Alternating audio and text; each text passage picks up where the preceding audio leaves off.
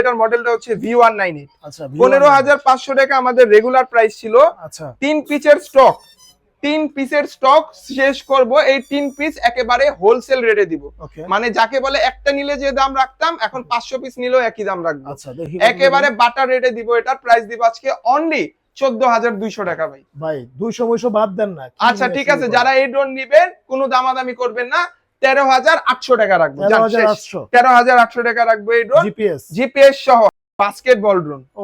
এইটা ভাই ইটার মতো শক্ত ভাই, ভাই অনেক শক্ত। মানে এইটা মনে করেন যে যদি আশ্রয়ও খেলেন এরপরও এটা কিচ্ছু করতে পারবেন না ভাই। কিছু হইছে দি মাল কিছু হইলে তো আমি কোম্পানিরই দিয়ে দিব। দেন আমার হাতে মারেন, আরেকটা মারেন, আরেকটা মারেন, আরেকটা মারেন, দিলাম ভাই, আরেকটা মারেন। ভাঙছে ভাই? কেউ ভাই লড়ে না চড়ে না, লড়ে না চড়ে না। দেন এদিকে দেন, আমার কাছে দেন। এবার কি উড়াইবেন? এটা উড়ামু।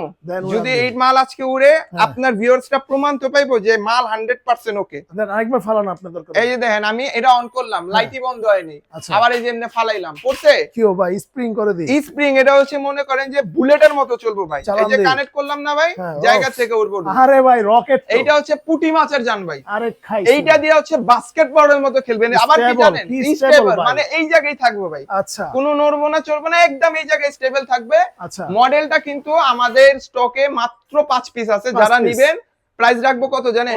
পুঁটি মাছের জান দিব আজকে পিঁপড়ার দামে মাত্র 4,500 টাকা।